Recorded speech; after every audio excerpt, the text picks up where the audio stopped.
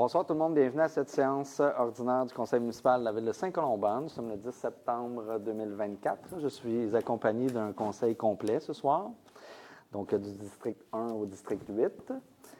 Le conseil, l'assemblée de ce soir va être suivie à 20 heures du plan triennal d'immobilisation. Donc, c'est un exercice annuel qu'on doit présenter, qui vient présenter finalement toute la planification des 3 prochaines années en matière d'infrastructure, d'immobilisation que la Ville de Saint-Colomban compte faire.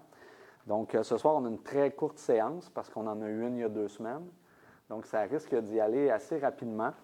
Si jamais on termine avant 20 heures, on va prendre une pause puis on va recommencer à 20 heures.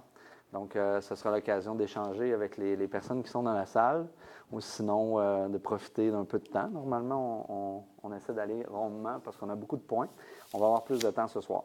Ce que je voulais, je déclare ainsi la séance ouverte à 19h01. Je voulais faire un rapide retour. On a eu 2 événements culturels au cours des 2 dernières semaines. D'abord, le Festi-Rock. Qui est encore une fois mené de main de maître par notre collègue M. Étienne Urbain ainsi que l'équipe des loisirs. Il ne faut pas sous-estimer aussi tous les services qui sont impliqués dans le projet. C'est vraiment un événement qui est rassembleur, en tout cas pour la ville. Puis c'est un événement que j'ose maintenant nommer touristique. C'est très rare qu'on voit des gens ne pas venir de l'extérieur de Saint-Colomban assister à un événement à dimension culturelle. Dans ce cas-ci, c'est assez spectaculaire. Là. On se fait un plaisir à chaque année de sonder les gens pour savoir d'où ils viennent, de quelle région, est-ce que c'est la première fois qu'ils venaient à Saint-Colomban. Puis il y en a beaucoup là, qui foulent le territoire de Saint-Colomban, puis c'est la première fois qu'ils visitent l'endroit. On a eu énormément de beaux commentaires sur la beauté du site. Évidemment, le site du marché public, c'est un site qui encercle, qui enrobe vraiment la foule, la scène. Fait que ça, je pense que ça crée un super effet. Encore une fois, une très, très grande marque d'appréciation des artistes. Malgré la pluie, c'était spectaculaire cette année. Là. Il y a eu un crachin incessant jusqu'à 18h, une douche à 18h30 et le soleil ensuite, là, ce qui a permis de vraiment d'avoir ça a été notre plus grosse soirée, je pense, là, avec Anonymous et Grimmskunk. Ça a été notre soirée la plus populaire. Je pense que l'an dernier, on avait eu plus de gens autour de 17h, 18h, parce que c'était une superbe journée avec Planet Smashers. Mais en termes de soirée, là, c'était vraiment assez spectaculaire. Donc, je veux remercier vraiment toutes les équipes, les bénévoles, les producteurs. On avait beaucoup de fournisseurs de producteurs qui ont aidé à fournir l'offre alimentaire sur le site de cette journée-là. Nos organismes aussi qui ont fait beaucoup de bénévolat. Les commanditaires, vous le savez, on travaille fort depuis quelques années à rassembler des commanditaires, ce qui nous permet de bonifier nos événements. Dans ce cas-ci, c'était Desjardins et Groupe Cusson. Puis je veux aussi, donc merci pour cet événement-là. Je pense qu'on ne l'a pas annoncé sur scène cette soirée-là, mais c'est clair pour nous qu'il y a une 5e édition. Donc déjà, Étienne est en train de travailler, c'est déjà en discussion pour la 5e édition. L'autre événement, on a eu Folk de nature. Évidemment, Folk de nature, c'était un volet un petit peu plus expérientiel. On voulait vraiment mettre en valeur la forêt située tout juste à côté de l'école de Triolet. Encore une fois, l'événement a été perturbé par les conditions météorologiques. On a été quand même assez chanceux depuis le début de nos mandats, là, Fête nationale, Festi-Rock. Cette année, ça a été moins le cas. Ceci dit, je veux féliciter, je l'ai fait la soirée même, là, Mélanie Beau, Michel Carignan, le service de la bibliothèque, parce qu'ils ont organisé un plan B exceptionnel. On a eu la visite de Jason Lang puis de Kim Richardson qui ont été très, très, très généreux. Il y a quand même une centaine de personnes qui se sont déplacées, alors que l'événement il était à volet vraiment expérientiel. Là. Ça aurait été magnifique. Dans la forêt, on avait planifié des éclairages, il y avait de l'animation basée sur la lumière qui avait été construite. L'équipe s'est tournée assez rapidement de côté pour organiser ça au Centre récréatif et communautaire. Je pense que ça a généré un meilleur son, mais l'ambiance y était moins. Mais je pense qu'on va avoir des discussions au niveau de la planification budgétaire pour 2025. Là. Mais ce serait quand même une bonne idée d'essayer de répéter l'expérience puis d'amener vraiment la musique, la culture en forêt. On l'a. Fait qu'on devrait pousser l'exploitation de ces sites-là pour fournir une expérience hors de l'ordinaire. Donc, ça fait le tour de mon point d'ouverture de séance. Ça nous amène au point 1.2, adoption de l'ordre du jour. Pour cette séance, on retirerait le point 3.1, donc une dérogation mineure 300 rue Séguin, pour une bonne raison. Donc, c'est une dérogation mineure qui était demandée pour faire un agrandissement pour accommoder une personne quadraplégique. Ceci dit, on va se donner du temps. J'ai fait des démarches avec, je pense que c'est le programme Axélogie. Sinon, c'est une adaptation à domicile pour des gens qui sont à mobilité réduite. Ces gens-là n'avaient pas fait de demande. Donc, on va se donner du temps pour vérifier s'ils sont capables d'avoir l'accessibilité à ce programme. Parce que les travaux pourraient être quand même soutenus financièrement. Là. Dans la dérogation mineure qui nous était proposée, ils finançaient 100% des travaux. Donc, on va regarder s'ils peuvent être soutenus. Puis ça va nous aider finalement à prendre une meilleure décision le temps venu, là, si la dérogation mineure est le dernier scénario possible. Mais en même temps, d'un bon côté, là, ça leur permet d'avoir accès à du financement au lieu finalement d'allonger l'argent à 100% pour faire les adaptations nécessaires. Donc, le point 3.1 retiré. Est-ce que quelqu'un propose l'adoption de l'ordre du jour avec le retrait du point 3.1? Je vais le proposer, M. le maire Christian Wilson. Merci, Mme Wilson. En 2.1.1, en suivi, ça, c'est le suivi fait des questions qui auraient été soit pas répondues ou répondues partiellement le mois dernier, donc il n'y en avait pas. Donc, on passerait tout de suite au point 2.1.2, période d'intervention réservée aux élus. Ça nous amène à Mme Derèche, district 3. Oui, alors bonsoir tout le monde. Vous êtes invités, surtout les nouveaux résidents de Saint-Colomban, samedi le 28 septembre au centre récréatif pour une rencontre avec les élus, avec les différents directeurs de la ville et en même temps directeurs et directrices de la ville. Puis en même temps, bien, vous pourrez discuter là, on pourrait discuter autour d'un bon déjeuner dans une ambiance chaleureuse. Et par la suite, il va y avoir une visite de la ville qui est offerte en autobus électrique et tout cela sera animé par M. le maire. En tout cas, on entend toujours des bons commentaires. Les gens sont toujours très, très, très contents de cette visite. Et par contre, vous devez vous inscrire à loisirs@saintcolomban.qc.ca. Vous devez vous inscrire avant et donner votre nom. Alors, bonne séance. Merci, Mme Derèche. Peut-être ajouter... Avant le 20 septembre. Avant le 20 septembre? Oui, c'est ça. Puis évidemment, les places dans l'autobus sont limitées. C'est un autobus scolaire électrique. Mais effectivement, c'est un lieu, moi, qui me permet de rafraîchir ma mémoire. C'est toujours rempli d'anecdotes construites autour du passé, du présent et de l'avenir. Je pense que c'est très, très apprécié des gens. Puis c'est, je pense, une très belle façon de découvrir le territoire parce que c'est pas évident de se promener sur une partie du territoire quand on n'a pas à y avoir finalement des activités. Donc, c'est une belle opportunité de découvrir plein d'histoires et de lieux précis. Madame Mercier. Oui, bonsoir. Donc, moi, je vous invite à venir profiter de seulement les 2 derniers marchés publics. Donc, le dernier de la saison sera le 19 septembre prochain. Donc, venez vous amuser les jeudis de 4 à 8. Merci. Merci beaucoup, Mme Mercier. Madame Jessica Rabé-Beaulieu. Oui, alors j'aimerais simplement inviter la population à venir participer à un 2 pour 1 d'activité. En fait, le 27 septembre, pour un 5 à 7, il y aura le lancement de la politique culturelle de la Ville de Saint-Colomban, donc la mise à jour pour la politique culturelle 2024-2029. Et c'est le fruit du travail, dans le fond, du comité culturel de la Ville, sur lequel je siège avec ma collègue Ella Scriven, et on va être là pour présenter la nouvelle politique. Et donc, le 2 pour 1, c'est qu'en plus, c'est le vernissage d'une artiste colombanoise là, qui va être là pour présenter ses œuvres. Madame Monique Fafard, excusez-moi, je cherchais le nom pour être certaine de bien le prononcer. Et on va avoir également là, un duo musical pour animer la soirée avec Petite Bouchée et Cocktail qui vous attendent. Donc, c'est à la bibliothèque, donc on vous attend là, pour le 5 à 7, vendredi le 27. Merci. Merci beaucoup, Madame Lapointe. Oui, bonsoir. Alors, même si l'école vient juste de commencer, c'est maintenant le temps de penser à notre parade de Noël qui va avoir lieu le 7 décembre prochain. Alors, on a commencé le recrutement pour le défilé puis le marché de Noël. Alors, on recrute présentement des entreprises qui aimeraient participer au défilé de Noël le 7 décembre prochain. Les intéressés peuvent envoyer un courriel à l'adresse qui apparaît sur le site Oui, d'accord, merci. Je voulais juste valider. Alors, loisirs à saint-colomban.qc.ca. Et pour les artisans qui sont intéressés à participer au marché de Noël, ils doivent remplir le formulaire qui est en ligne aussi.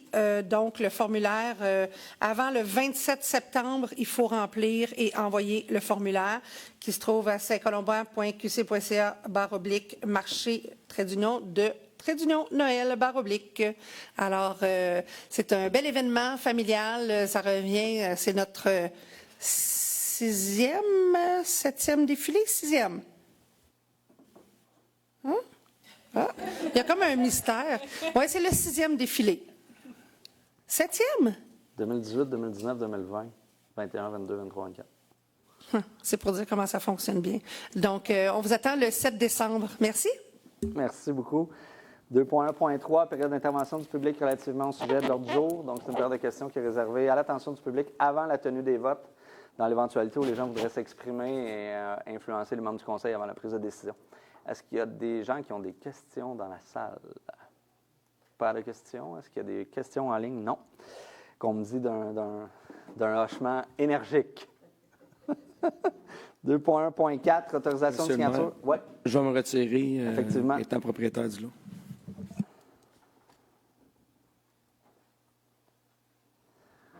M. Urbain choisit encore les salles de bain. Autorisation de signature d'une promesse d'échange partie des lots 1 990 429, 6 448 221 et 6 448 222 du Cadastre du Québec, Côte-Saint-Patrick, considérant que la Ville souhaite échanger une partie des lots précédemment nommés. Les deux premiers, finalement, contre une partie du lot 6448222. Je pense qu'il y a une carte. Est-ce qu'il y a une carte qui va suivre derrière moi? Considérant que les parties souhaitent signer une promesse d'échange. Donc, c'est un échange. Là. Il n'y a pas de frais assumés, excepté les frais de notaire. Il est proposé de mandater un notaire et un arpenteur géomètre afin de donner effet à la présente, d'autoriser le maire ou en son absence la mairesse suppléante et la directrice générale ou la greffière à signer la promesse d'échange annexée à la présente résolution pour en faire partie intégrante, d'autoriser le maire ou en son absence la mairesse suppléante et la directrice générale ou la greffière à signer tout document relatif à l'échange. Il est entendu que tous les frais inhérents à cet acte sont aux frais de la Ville. Donc, ce qui se passe dans ce dossier-là, c'est que la section, le cadastre finalement théorique de la rue, c'était pas le chemin usuel là, emprunté depuis très longtemps sur la Côte-Saint-Patrick. Nous, au départ, on avait l'ambition de respecter le cadastre de rue. Ceci dit, si on fait ça, ça nous impose des contraintes avec le ministère de l'Environnement qui nous amènent à des délais assez longs. Puis quand on a regardé aussi le tracé qui était pris, je dirais, depuis plusieurs années, on a moins de dynamitage, on a moins de pente. Donc, la gestion de l'eau des fossés est beaucoup plus simple à réaliser. Fait qu'on a approché le propriétaire en question, puis on lui a proposé un échange, ce qu'il a accepté. Donc, on était quand même assez contents. Puis l'échange, là, c'est exactement la même quantité de mètres d'un côté et de l'autre. Donc, c'est la transaction en question ici. Est-ce que quelqu'un propose? Christian Wilson, je vais le proposer. Merci beaucoup. Est-ce que quelqu'un peut aller... Proposer pour aller Merci. chercher aussi.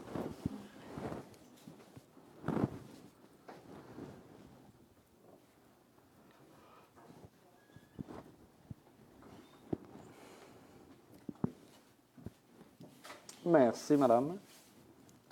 2.1.5, adoption du règlement numéro 1002-2024-03, modifiant le règlement 1002-2024 relatif à la tarification de l'ensemble des services municipaux 2024 tel qu'amendé.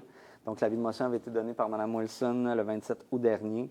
Le projet de règlement 1002-2024-03 est modifié. On ajoute à la fin de l'article 3, les billets de spectacle du concert de l'Orchestre symphonique des Basses-Laurentides sont au prix de 20 $ pour les adultes et gratuit pour les 17 ans et moins. C'est un concert qui aura lieu le 30 novembre 2024. Donc, ça se tiendra à l'église de Saint-Colomban.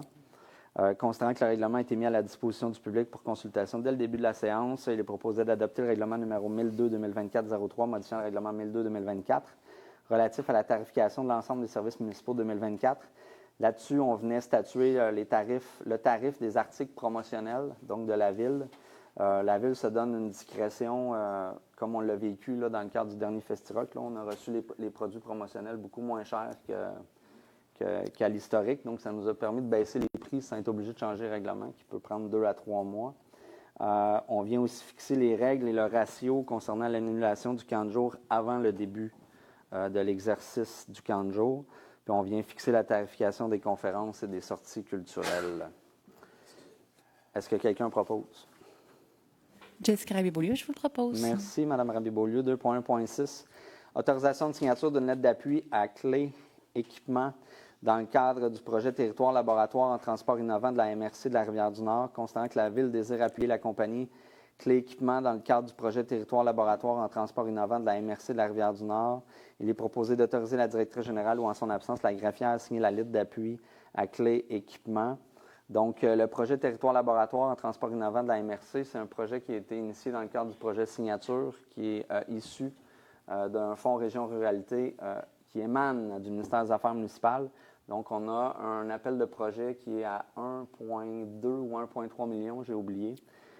Puis l'objectif, c'est de stimuler l'innovation au niveau du transport innovant avec une expérimentation sur le territoire de la MRC. Donc, l'équipement a une innovation qui concerne le déneigement en matière d'électrification. Donc, ils sont venus nous présenter un peu leur idée de prototype. Puis la ville de Saint-Colomban, finalement, s'offrirait comme territoire d'expérimentation. On parle de soufflage de neige très, très précis dans ce cas-là. Puis il n'est pas exclu qu'on voit d'autres projets arriver éventuellement. Donc, ça permet de mettre en valeur beaucoup d'initiatives. Puis ça, c'est une entreprise qui est à Sainte-Anne-de-Beaupré, je crois, dans le coin de Québec. Donc, ils ont jusqu'à la fin septembre pour déposer des projets. Puis la mise en valeur de cette expérimentation-là, si je ne m'abuse, c'est 3 ans d'expérimentation. 3 ans d'expérimentation. Puis, fait qu'on risque de voir ça, si le projet est sélectionné, dans les rues de Saint-Colomban, éventuellement dans les années à venir. Est-ce 100% électrique, hein, c'est ça? Seulement un souffleur, oui. OK. Ouais. Est-ce que quelqu'un propose? Valérie Gravèche a proposé. Merci beaucoup. 2.2.1, approbation et adoption des procès-verbaux des séances tenues en août. Donc, les rencontres se sont tenues le 13 août dernier en séance extraordinaire et le 27 août 2024, séance ordinaire. Est-ce que quelqu'un propose? Valérie Gravèche a proposé. Merci. 2.3.1, dépôt du rapport des dépenses et des paiements autorisés pour la période du 1er août au 31 août 2024. Ça représente un montant de 975 918,59 $. C'est un dépôt. 2.3.2, approbation de la liste des comptes à payer et autorisation de paiement. Il est proposé d'approuver la liste des comptes qui représente un montant de 999 056,76 $ en référence au chèque numéro 39 375 à 39 478. Est-ce que quelqu'un propose? Valérie Gravèche a proposé. Merci.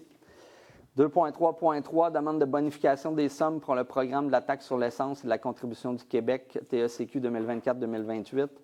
Constatant que les municipalités assument d'importantes responsabilités auprès de la population et qu'elles sont responsables d'environ 60 % des infrastructures publiques. Donc, de toutes les infrastructures publiques qui se trouvent au Canada, il y en a 60 % qui sont dans la cour des municipalités, alors qu'on reçoit, je pense, entre 15 et 18 % des revenus globaux publics. Donc, si on fait la répartition fédérale, provinciale, municipale, on gère 60 % des infrastructures, alors qu'on récolte seulement 17 % de l'assiette fiscale publique là, qui est répartie entre les 3 gouvernements. Considérant que le programme de la taxe sur l'essence et la contribution du Québec est le plus important programme d'aide financière pour les infrastructures municipales du Québec, c'est notamment grâce à ce programme-là à Saint-Colomban qu'on est capable de faire de la restauration de routes, de la réparation de routes. C'est ça qui a financé la montée Saint-Nicolas, la côte Saint-Paul. Puis ça sert aussi à financer des infrastructures en eau. Donc, c'est le gros portefeuille qui nous permet de faire des investissements puis d'amélioration du réseau routier.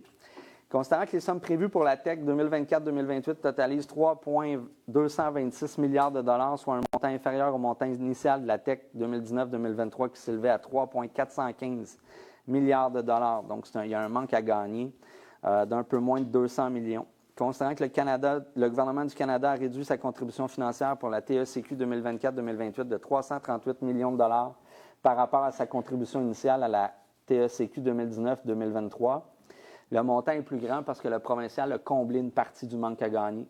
Donc, le fédéral a réduit de 338. Le provincial a allongé, si je ne m'abuse, à peu près 110 millions ou 140 millions. Là, il manque le 200, un petit peu moins de 200 dont j'ai fait mention tantôt.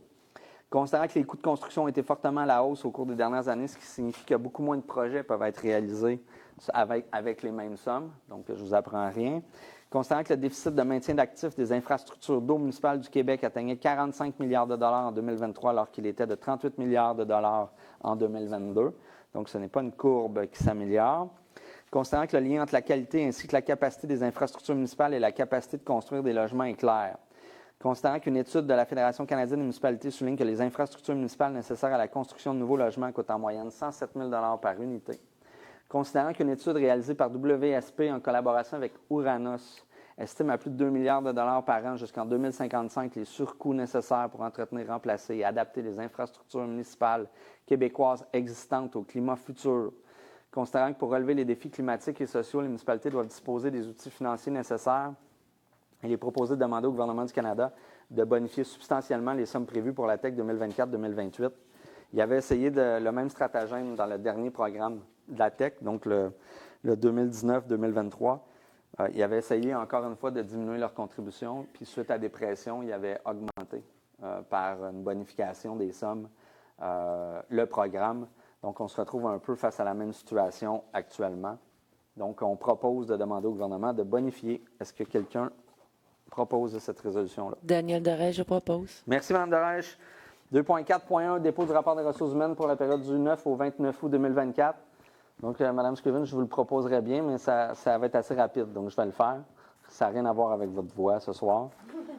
Donc, il n'y a qu'un départ, en fait, c'est une inspectrice en environnement ou en bâtiment? Environnement? Pardon? En bâtiment, qui nous a annoncé son départ. 2.4.2, fin de la période de probation, poste trésorier. Donc, considérant que par la résolution 081-03-2024, la Ville avait procédé à l'embauche de Maxime Hainaut à titre de trésorier, et ça à compter du 8 avril 2024, selon les termes établis par la politique portant sur les conditions de travail offertes aux employés cadres de la Ville. Considérant que, conformément à la politique d'évaluation, M. Hainaut a rempli les objectifs fixés à son engagement.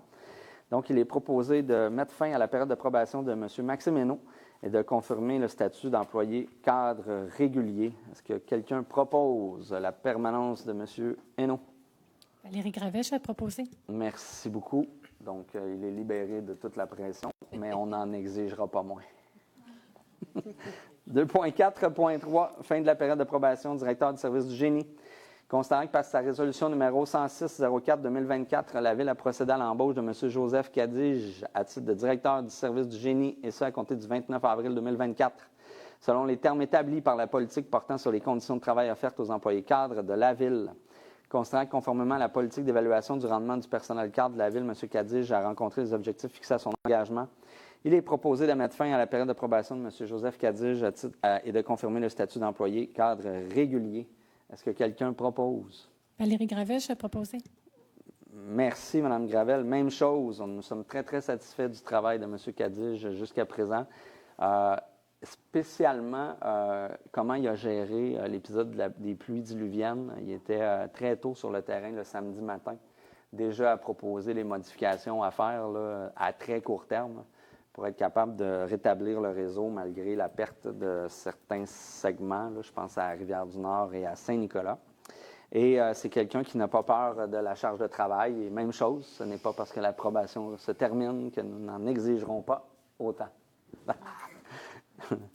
2.4.4, adoption de la politique 8020-2024 portant sur le télétravail. Considérant que la Ville désire adopter la politique 8020-2024 portant sur le télétravail, il est proposé d'adopter la politique 8020-2024 portant sur le télétravail datée du 10 septembre 2024. On vient resserrer un petit peu les conditions. Il faut que ce soit vraiment déterminé par les directions de service puis à des conditions très, très précises. Il faut savoir que cette politique-là, elle avait été établie dans le cadre, évidemment, de la COVID, où on devait faire face, finalement, à une période d'isolement qui était fortement recommandée par la santé publique. Cette période-là, elle est moins présente et exigée, j'ai envie de dire. Donc, on vient resserrer un petit peu les conditions. Est-ce que quelqu'un propose? Valérie Gravet, je vais proposer. Merci. 2.4.5, autorisation de signature de la lettre d'entente numéro 2024-10 avec le syndicat de la fonction publique, section locale 3795, relativement à la grille salariale pour la fonction de journalier mécanicien. Donc, il est proposé d'autoriser le maire... oui, c'est ça. C'est parce que le premier considérant, il répète exactement la réseau, il faut que je la saute. Donc, il est proposé d'autoriser le maire ou en son absence la mairesse suppléante et la directrice générale ou en son absence la greffière à signer la lettre d'entente numéro 2024-10 avec le syndicat canadien de la fonction publique, section locale 3795 relative à la grille salariale pour la fonction de journalier mécanicien. Est-ce que quelqu'un propose? Valérie Gravèche a proposé. Ça va? Merci beaucoup, Mme Gravèche. Donc, c'est un ajustement salarial. Historiquement, on avait des postes de chef d'équipe. Et puis, c'était une mesure, j'ai envie de dire, questionnable pour faire une bonification salariale à la pige. Nous, ce n'est pas vraiment une pratique qu'on préconise ici. Là. Fait qu'on vient finalement bonifier le salarial qui était bien en deçà du marché. Donc, au lieu de prétendre qu'il y a un chef d'équipe, pas d'équipe, on vient donner un salaire un petit peu mieux aux mécaniciens qui, finalement, par le travail, évidemment, vous le comprendrez, génèrent des économies assez énormes du fait d'aller dans un garage privé. C'est ça, la nature de la modif. Donc, 3.1, on l'avait enlevé. Ça nous amène à 3.2, libération de la garantie financière à la suite de la deuxième couche de pavage du projet domiciliaire Quartier de la Rivière, protocole d'entente PA 2021, IMO 05.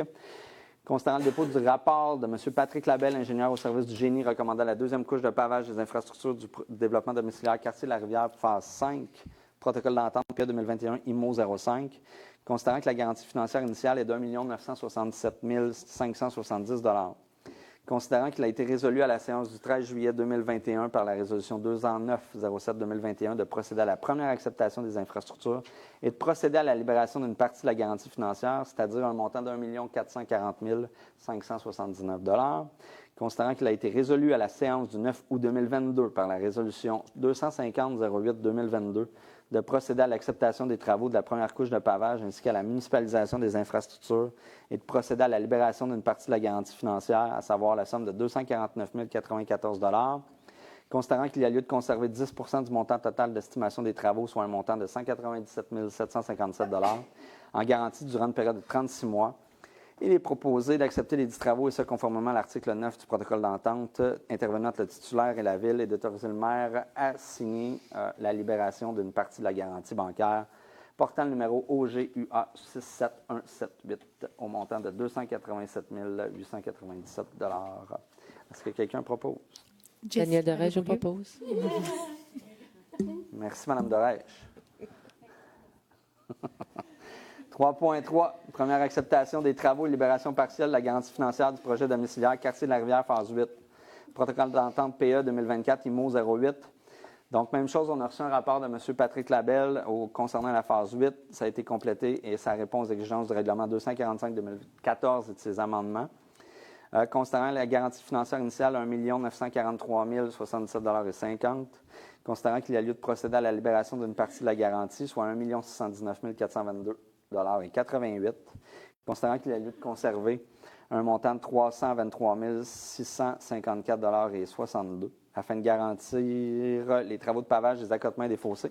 Il est proposé d'accepter les 10 travaux, et ce, conformément à l'article 9 du protocole d'entente intervenant entre le titulaire et la Ville, et d'autoriser le maire ou en son absence la mairesse suppléante à signer, à libérer plutôt, à procéder à la libération d'une partie de la garantie bancaire portant le numéro OGUA 86473 au montant de 1 943 077,50 $, le tout conditionnellement à ce que le titulaire du protocole d'entente ait versé à la Ville une garantie financière de 323 654,62 $. Est-ce que quelqu'un propose? Moi, je propose. Madame Danielle Dorèche aussi. 3.4. Dépôt de la démission de Mme Nancy Verreau à titre de comité consultatif d'environnement. Donc, c'est effectif en date du 10 juin 2024. Donc, poste vacant, nomination. 3.5, nomination de M. Jean-François Eck au comité consultatif d'environnement.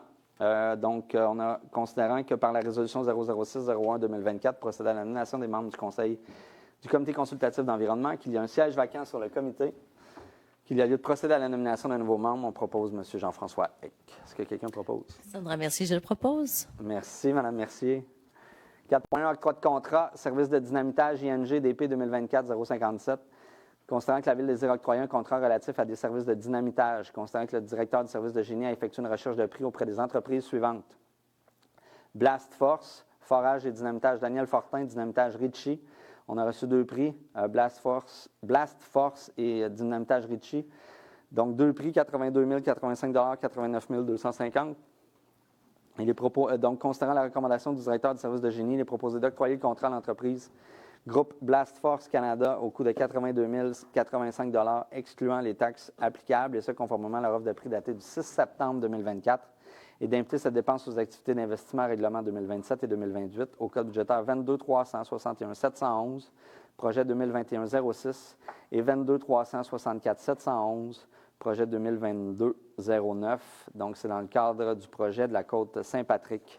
Est-ce que quelqu'un propose? Christian Wilson, je veux proposer. Merci. Ben, concept. 4.2. Avis de motion et dépôt du projet de règlement modifiant le règlement 4001 relatif à la circulation et au stationnement tel qu'amendé afin de modifier l'annexe G. Donc, ça prend quelqu'un qui donne un avis de motion. Je vais vous la donner, M. le maire. Merci, Mme Gravel. C'est assez simple. Là. On vient interdire le stationnement sur la montée Saint-Rémy. Donc, en aval et en amont du pont Canuta. C'est une demande qui a été faite par la ville de Mirabel parce qu'ils ont aménagé des stationnements à l'effet de pouvoir descendre des canots-kayaks le long de la rivière du Nord. Et l'activité est tellement populaire que les gens se stationnent un peu n'importe où.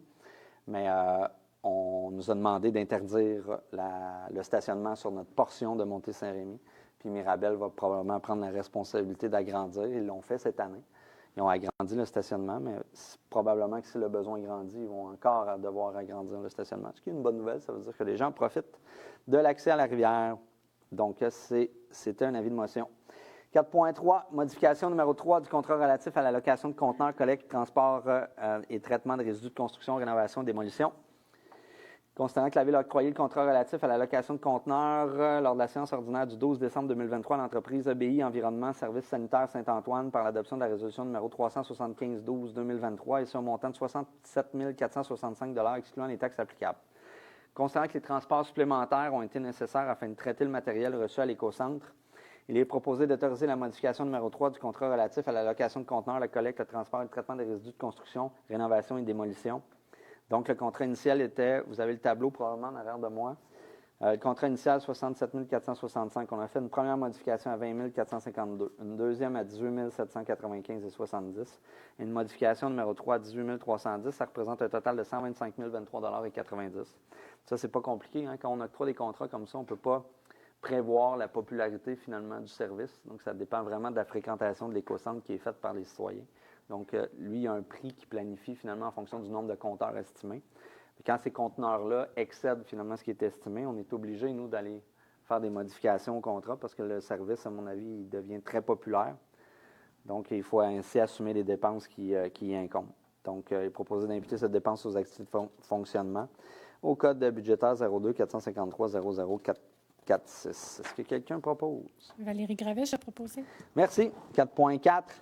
Autorisation de procéder à une demande de subvention dans le cadre du programme d'aide à la voirie locale pour les redressements et accélération, considérant que le programme d'aide à la voirie locale vise à assister les municipalités dans la planification, l'amélioration et le maintien des infrastructures du réseau routier local et municipal dont elles ont la responsabilité, considérant que les membres du Conseil ont pris connaissance des modalités d'application du PAVL, notamment celle du volet concerné par la demande d'aide financière soumise dans le cadre de ce programme et s'engagent à le respecter.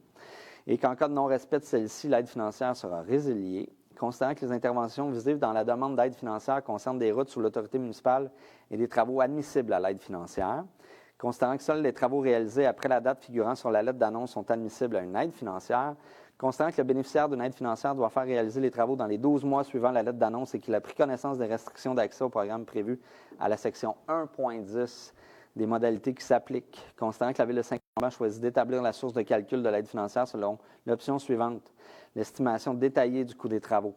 Considérant que le chargé de projet de la Ville, soit le directeur du service de génie, représente cette dernière auprès du ministère dans le cadre de ce dossier, il est proposé d'autoriser la présentation d'une demande d'aide financière, de confirmer son engagement à respecter les modalités d'application en vigueur, de reconnaître qu'en cas de non-respect de celle-ci, l'aide financière sera résiliée et de certifier que le directeur du service de génie est dûment autorisé à signer tout document ou entente à cet effet, y compris la convention d'aide financière lorsqu'applicable, avec la ministre des Transports et de la Mobilité durable.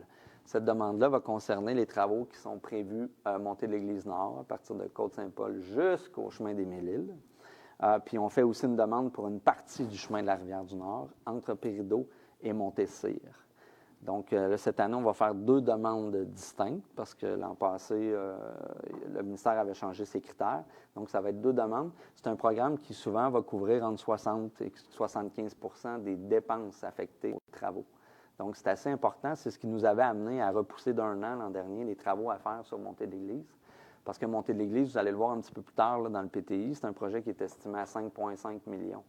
Si on est capable de faire subventionner ça à 70 bien, c'est 70 de moins d'endettement qu'on assume finalement ou qu'on envoie se faire assumer par les poches des citoyens. Donc, c'est quand même une décision importante quand on décide de reporter d'1 an. C'est parce qu'on fait le pari qu'on peut, ventiler la dépense puis éviter un endettement trop grand lié à des travaux d'infrastructure. Est-ce que quelqu'un propose? Daniel Deray, je propose. Merci beaucoup.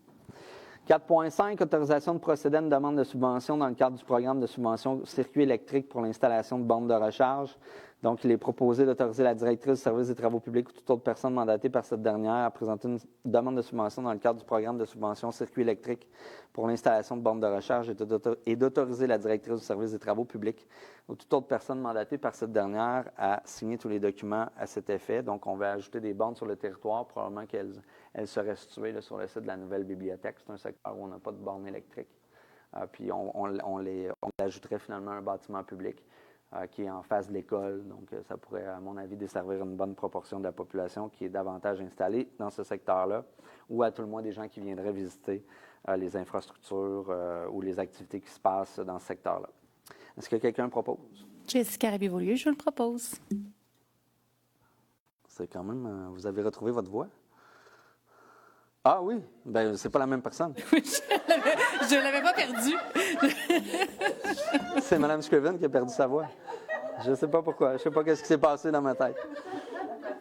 6.1, octroi de contrat, réfection des surfaces de jeu des terrains de soccer au Parc Félan. Donc, considérant que la Ville a procédé à un appel d'offres public pour la réfection des surfaces de jeu des terrains de soccer au Parc Félan, surface qui n'avait pas été travaillée depuis 2001-2002. Considérant le résultat de l'ouverture des soumissions du 3 septembre 2024, donc on a reçu 5 prix. Construction Verdure, Technique Parc, Pelouse Santé, Groupe Lalonde, Lanco Aménagement. On a des prix qui varient entre 179 202,50 $ à 473 190 $. Donc, j'imagine que le gazon était d'une qualité exceptionnelle. Donc, considérant la recommandation du directeur du service de génie, il est proposé d'octroyer le contrat à l'entreprise Construction Verdure Incorporée, et ce, conformément à leur soumission datée du 3 septembre 2024 au montant de 179 202,50 $, excluant les taxes applicables, et d'imputer cette dépense aux activités d'investissement surplus non affectées au code budgétaire 22 712 711, projet 2024-17. Donc, on anticipe les travaux. On veut que les travaux se fassent avant l'hiver pour que le gazon ait le temps de s'implanter, dormir, reprendre au printemps, puis fournir une surface de jeu pour la prochaine saison. Est-ce que quelqu'un propose? Isabelle Lapointe, je le propose. Merci beaucoup. Ça nous amène à la période d'intervention du public. Oui, déjà. Donc, c'est une période d'intervention qui est destinée aux gens dans la salle, si vous avez des questions. La procédure, c'est de se présenter au lutrin, se nommer, indiquer la rue sur laquelle vous habitez, vous posez la question aux membres du conseil. On privilégie toujours les gens dans la salle avant d'aller en ligne parce qu'on prend les questions sur Facebook aussi. Sur Facebook, on prend seulement les questions des gens qui s'identifient, qui indiquent leur rue. Et c'est par l'entremise de Mme Sénécal que la question sera posée. Donc, est-ce qu'il y a des questions dans la salle? Pas de questions? Est-ce qu'il y a des questions en ligne? Oui. Steve Chartrand, rue John Ryan. Comme vous le savez, l'intersection Montée d'Église et Rivière-du-Nord est très dangereuse. Il y a des herbes hautes dans les fossés qui bloquent la vue, surtout du côté nord-ouest. Plusieurs citoyens se plaignent et remplissent des demandes sur Voilà et rien n'est fait. Pouvez-vous faire quelque chose? Merci. On parle du triangle de visibilité, j'imagine, Rivière-du-Nord, Montée de l'Église. Il me semble que j'ai vu des gens travailler là cette semaine. Si la question est posée ce soir, ça veut dire que ce n'est pas à la hauteur de la satisfaction. Sinon, la requête est prise en note. On va faire un suivi rapidement. Là. Je pense que ça devrait se régler cette semaine s'il y a des actions à poser, effectivement, rapidement. On est très conscient de la dangerosité de l'intersection. Il y a quelques gens du conseil qui l'empruntent au quotidien. C'est tout pour les questions. C'est tout? Il est quelle heure? C'est bon. Donc, Je peux parler. Ça peut prendre quelqu'un qui clôture la séance. On se revoit à 20h pour la présentation du programme triennal des mobilisations. Non, c'est mon tour. Isabelle Lapointe, je propose la clôture. Merci. On se revoit à 20h. On va prendre une petite pause. Puis à Merci. partir de 20h, on se branche. On présente le PTI. À tantôt.